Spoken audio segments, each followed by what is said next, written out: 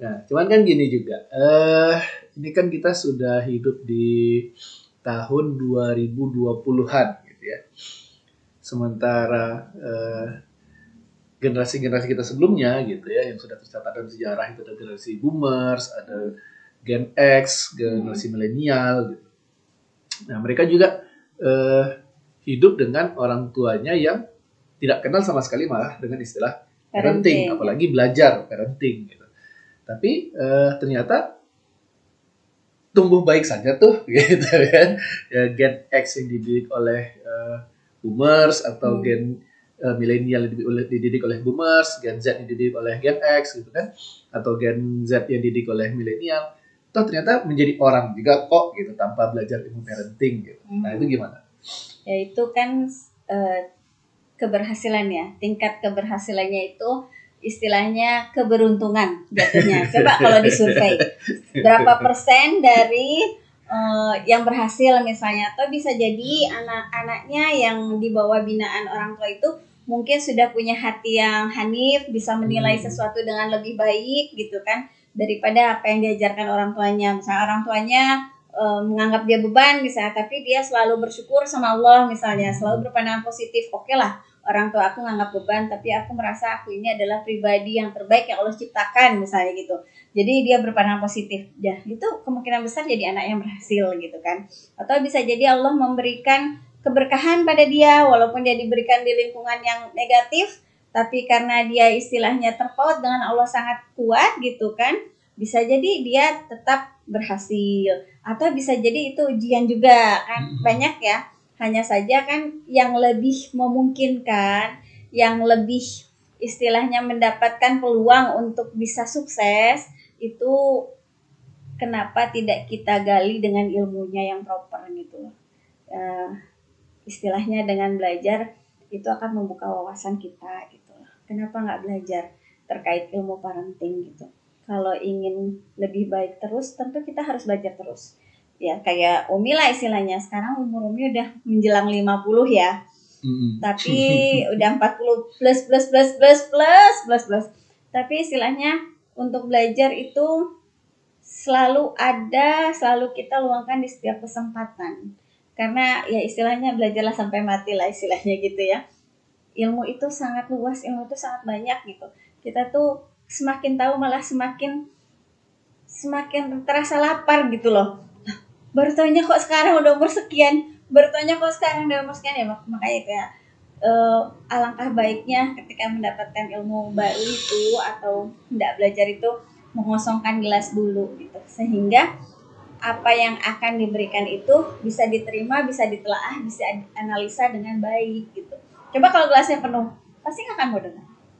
Udah tahu aku, udah jago, anakku udah besar gitu kan. Padahal yang belajar ilmu parenting itu bukan hanya untuk anaknya yang sudah besar menghadapi cucu. Itu perlu juga loh parenting. Kadang neneknya ngurus cucunya gitu kan. Iya, neneknya ngurus cucunya, ada kan yang kayak gitu. Ataupun cuma ketemu cucu sekali-kali. Kan perlu juga tuh istilahnya. Dititipin seminggu gitu. Ya, dititipin seminggu. Atau misalnya pas libur sekolah. Iya, gitu. Seminggu sekali ketemu gitu kan.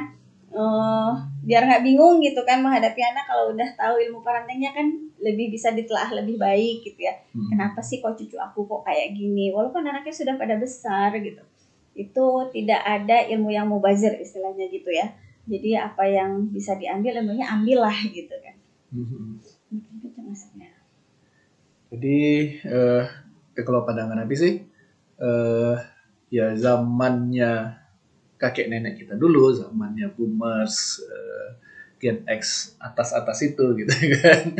Ya mungkin secara tantangan zaman mereka juga nggak seheboh zaman sekarang gitu ya. Nggak sekuat ini ya challenge-nya ya. Dengan arus informasi yang zaman sekarang ini semuanya bisa cepat, serangan budaya itu sangat kuat gitu kan, serangan ide-ide itu sangat kuat gitu. Ya tentu juga akhirnya cara untuk mengajarkan juga harus ada perubahan dong gitu. Nggak bisa pakai taktik lama lagi nih, harus belajar lagi taktik-taktik baru gitu.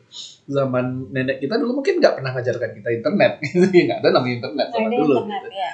Zaman sekarang udah pager aja dulu kayaknya ada internet, ada HP, ada game di tangan, gitu kan. Dulu gadget, kan zaman dulu bioskop. mau main game itu harus ke tempat permainan yang di mall gitu kan, atau tempat-tempat penyewaan gitu. Sekarang udah bisa main di rumah, udah di tangan bisa dibawa-bawa, lagi bisa menunda 24 jam megang HP game gitu kan. Ya itu kan sudah sangat berbeda dengan kondisi zaman dulu, sehingga ya butuh lah pasti cara-cara baru juga untuk menyesuaikan sama anak sekarang. Dan teknologi udah sampai ke kampung-kampung ya. Kalau Ya. di Bandung udah sampai ke Ciwidey, udah sampai ke Lembang, semua udah nyampe gitu. Informasi yang begitu fast gitu ya, cepet banget. Terus dan itu juga informasi yang datang itu nggak cuma yang positif, yang negatif juga banyak gitu kan. Apalagi slide-slide iklannya gitu kan, itu luar biasa ya. Jadi jangan heran kayak kemarin Umi pulang ke Bandung gitu ya, sampai ke kampung pun, ke pelosok pun, wow, stylish, anak-anak gadisnya stylish. Tengok rambutnya yang dicat lah, lipstiknya, gaya pakaiannya semua nggak kayak pulang ke kampung gitu, nggak kayak ngelawatin daerah kampung kan, memang masuk ke kampung ya, kebetulan lagi berkunjung gitu ke siapa. Masya Allah, itu luar biasa. Tapi bukan di Bandung emang gitu. Emang bukan di Bandung begitu dari dulu. Enggak, dulu enggak selalu terdepan masalah. Selalu terdepan, tapi kan batasan daerahnya Umi tahu daerah sini gitu. Begitu makin ke dalam kan enggak kayak gitu. Ini enggak sampai ke puncak-puncak gitu, sampai ke curug-curug pun wah gitu ya. Kaget-kaget sendiri gitu. Ya. Memang luar biasa, informasi itu cepat sekali, mode itu kencang sekali ya istilahnya. Gimana